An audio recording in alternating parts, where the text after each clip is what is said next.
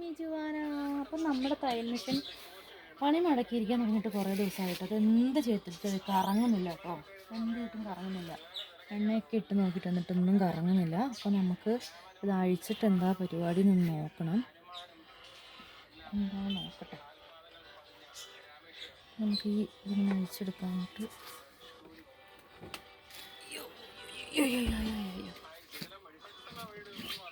നമുക്ക് എന്താ പരിപാടി മനസ്സിലാകുന്നില്ല. എൻ്റെ സ്ക്രൂവൊക്കെ ഇഴഞ്ഞിരിക്കുന്നതുകൊണ്ടാണോ എന്ന് മനസ്സിലാകുന്നില്ല. ഇതൊക്കെ കുറച്ച് ഇടാം.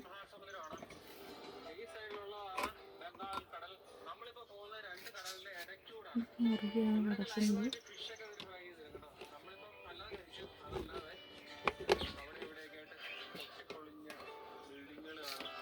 ശരിയാകുന്നില്ല.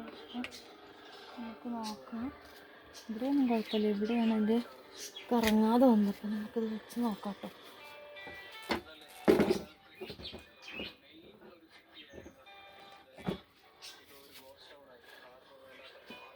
ബെൽറ്റ് ഇടാം.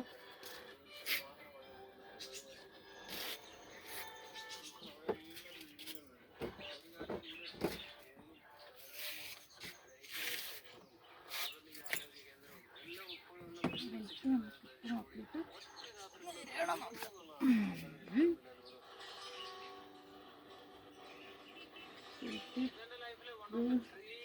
എണ്ണയിട്ട് തയ്ച്ചുകൊണ്ടൊക്കെ ഇരുന്നു കേട്ടോ. അത് കറങ്ങാതെ ആയപ്പം ഒരു സ്ക്രൂ എവിടെയെങ്കിലും മുറുകിപ്പോട്ടോ എന്തെങ്കിലും ആയിട്ടാണോ എന്ന് വിചാരിച്ചിട്ട് ഇരിക്കുമായിരുന്നു. നോക്കുമ്പം നമുക്കത് കറങ്ങുന്നുണ്ടോ നോക്കണം.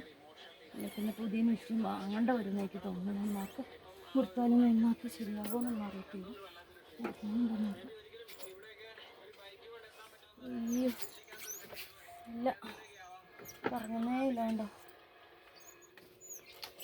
കറങ്ങുന്നില്ല. കറങ്ങുന്നില്ലെന്ന് പറഞ്ഞാൽ കറങ്ങുന്നില്ല.